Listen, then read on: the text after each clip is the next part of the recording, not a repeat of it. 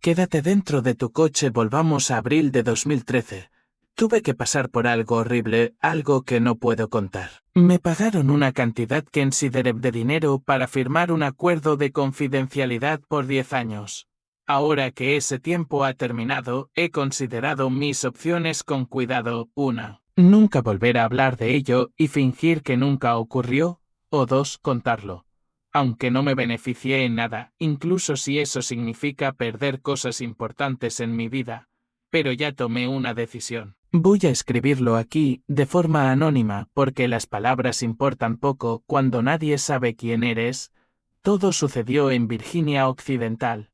Era un día inusualmente caluroso, sin viento. Regresaba a casa tras visitar a mi tía, que se había roto una pierna y no podía salir. Conducía por la I-64, saliendo de Louisville. Todo comenzó con la radio. Estaba sonando una canción de Meme que ya había escuchado cientos de veces, pero de repente empezó a cortarse. Se interrumpía por momentos y luego se apagó por completo. Escuché bocinas. Una larga fila de autos detenidos comenzaba a formarse. Los árboles a ambos lados de la carretera se movían apenas.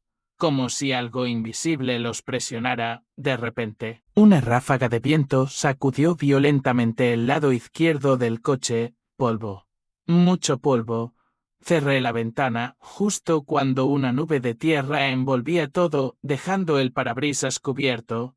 Entonces, un estruendo, no como un trueno en el cielo, sino como un lamento que brotaba desde la tierra, fue creciendo. Más fuerte, más profundo, hasta que los árboles se doblaron y algunos cayeron sobre la carretera. La escena se volvió caótica, unos intentaban cambiar de carril desesperadamente, otros frenaban de golpe. Un auto chocó contra el mío por detrás, dejándome un rasguño largo.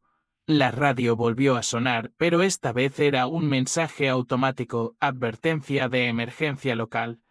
Evento geológico. Apague el aire acondicionado. Reduzca la velocidad. Diríjase a la salida más cercana. Repetía ese mensaje en un tono robótico una y otra vez. Pasaron unos minutos. El tráfico empeoraba. La policía bloqueaba caminos en todas direcciones, dejando solo una salida. Vi personas intentando cruzar las barreras. Pero los oficiales, armados con escudos antidisturbios y máscaras de gas, los apuntaban con armas. Nos guiaron hacia un campo abierto, usado como estacionamiento de emergencia. Nos obligaron a estacionar uno junto al otro, tan cerca que era imposible abrir la puerta si no estabas en los extremos. 4 filas, unos 10 a 15 autos por fila.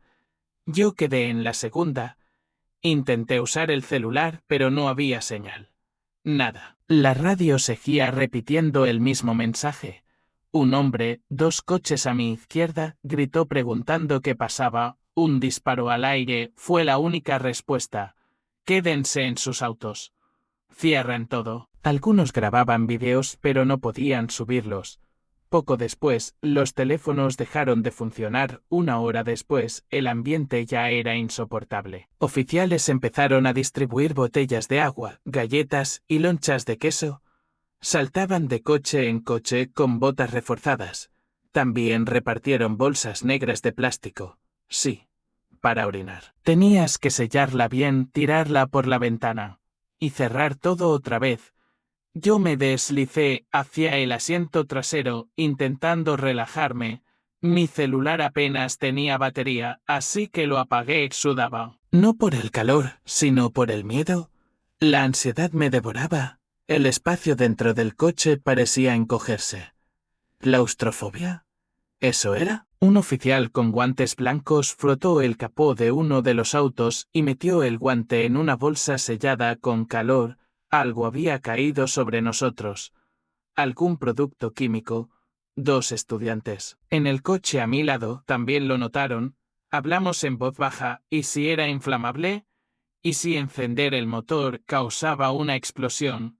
Desde el coche detrás del mío, alguien levantó un cuaderno contra el vidrio. Nos están ocultando una invasión alienígena. Vi a muchas personas, un predicador sin cuello de camisa, una familia con un niño pequeño, un adolescente golpeando la ventana al ritmo de una canción que no se escuchaba. Todos atrapados, todos iguales. Pasaron 2 horas. Un camión cisterna entró al lugar, sin logos, sin marcas. Desde un altavoz, una voz decía: «Vamos a lavar sus vehículos. Por favor, asegúrense de que todas las ventanas estén cerradas. Después cubriremos sus autos con una lona plástica. Es por su seguridad. Por favor, manténganse en sus coches». Una gran lona, como las que se usan para cubrir piscinas o estadios, fue desplegada. 2 patrullas sujetaban las esquinas. La extendieron sobre nosotros, bloqueando toda la luz. Nos quedamos completamente a oscuras. Silencio absoluto. La conversación se apagó. Los celulares eran linternas débiles bajo el plástico. Se veían sombras cruzar, figuras humanas sin rostro. Escuché un clic. Como el chasquido de una lengua. Otro clic desde otro lado. Y luego muchos más, decenas, cientos. Y después, vidrio roto. Gritos. Bocinas. Más gritos. Silencio. Vi algo arrastrarse fuera del asiento de conductor de un coche cercano. Un borrón rojo en la ventana del pasajero. Algo se movía allá afuera. Encima de los coches, los estudiantes a mi lado me hicieron señas.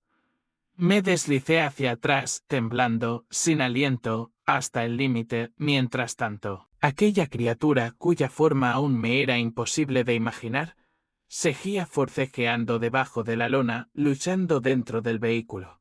Mi visión se nublaba poco a poco. Manchas negras aparecían en los bordes de mi vista. Y mis músculos, especialmente en los brazos, estaban más débiles que al despertar de un sueño profundo.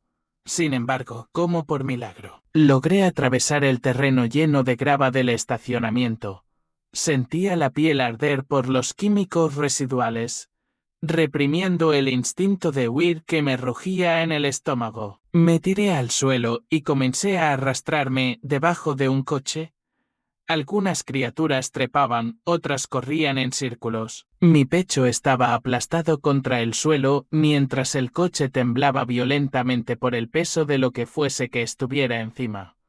Vidrios rotos volaban por todas partes. Junto con el sonido desgarrador de tela, aquella bestia seguía retorciéndose como un animal salvaje atrapado. En el vehículo contiguo, 2 estudiantes universitarios susurraban, intentando calmarse el uno al otro.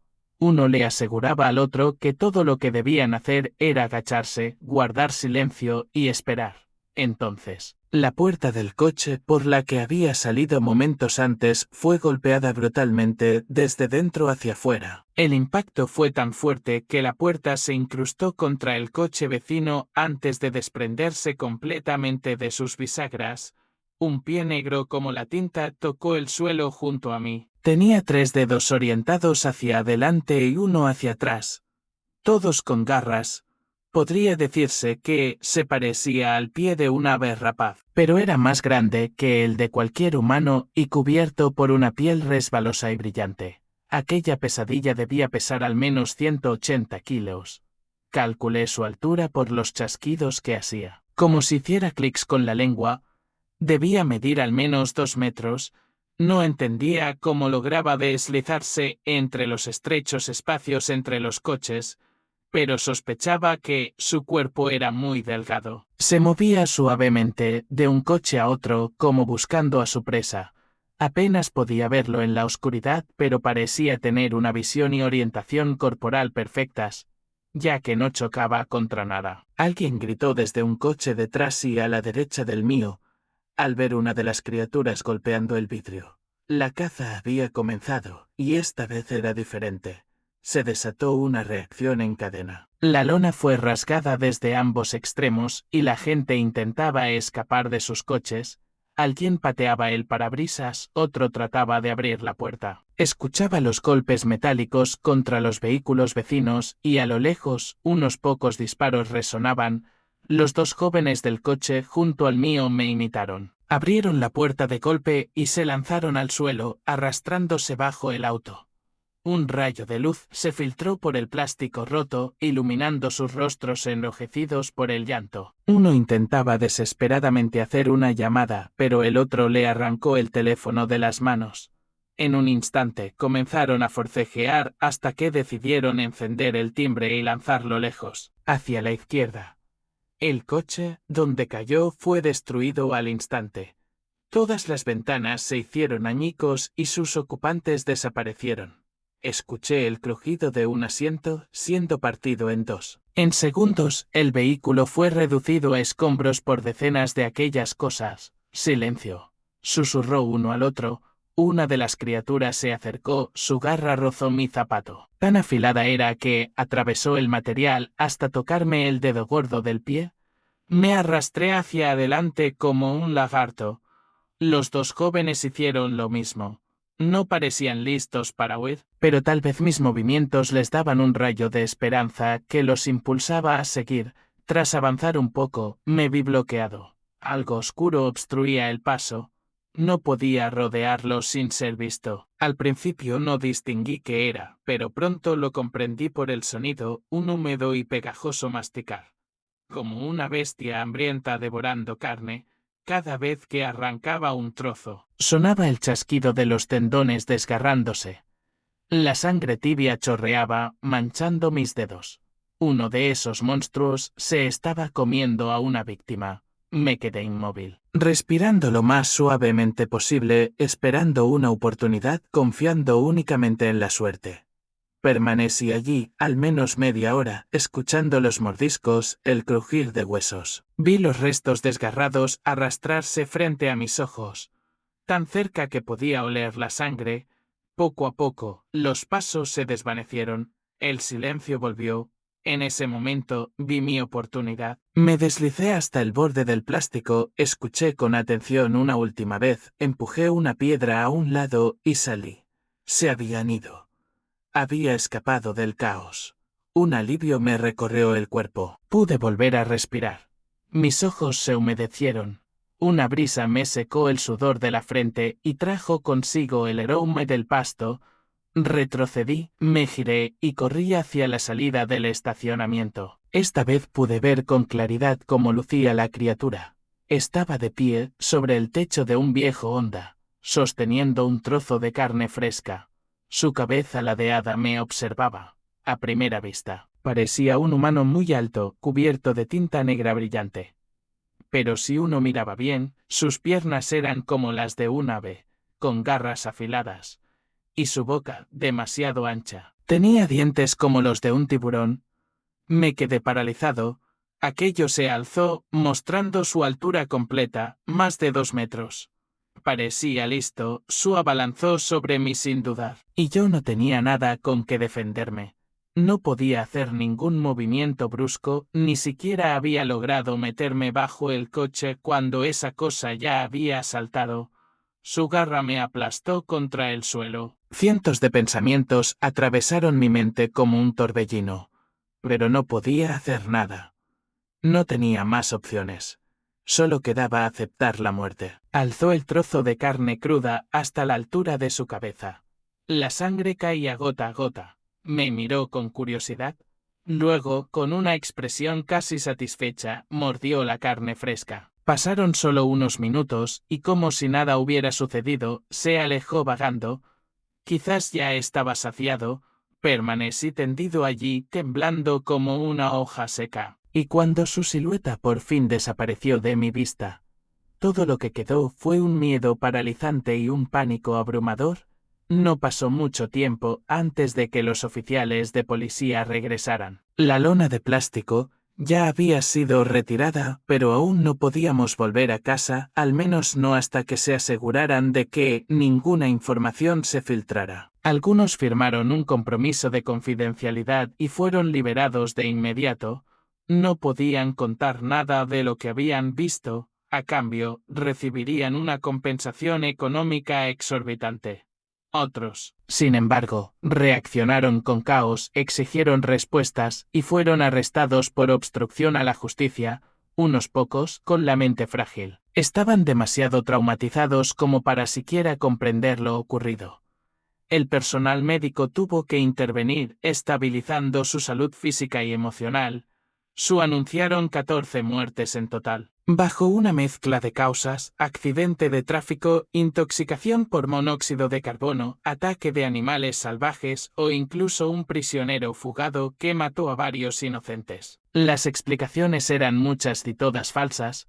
Las noticias de esos accidentes inventados fueron publicadas poco a poco durante varios días, no de golpe. Para manipular mejor la opinión pública y maquillar las estadísticas, si querías regresar a casa y recibir el dinero de compensación, debías firmar ese documento de confidencialidad. Yo fui uno de ellos. También vi a los 2 estudiantes universitarios firmarlo. Fue un alivio ver que seguían vivos. 34 vehículos tuvieron que ser remolcados. 18 personas resultaron heridas. 6 de ellas de gravedad. 4 perdieron al menos una extremidad. Un caso en particular me dejó marcado: un hombre perdió el brazo hasta casi la clavícula. No sé cómo logró sobrevivir. La mayoría de los presentes nunca llegaron a ver a esas criaturas de cerca. Solo recuerdan los gritos y el sonido del vidrio rompiéndose, a veces de noche. Aquella escena terrorífica regresa para atormentarme en sueños. Cuando cierro los ojos, no puedo evitar recordar cómo temblaba de miedo bajo aquel coche. Como el peso del terror oprimía mi mente sin dejarme respirar. Una parte de mí aún sigue atrapada allí. Es un recuerdo tan horroroso que sé que jamás podré olvidar, y mi alma nunca volverá a conocer la paz.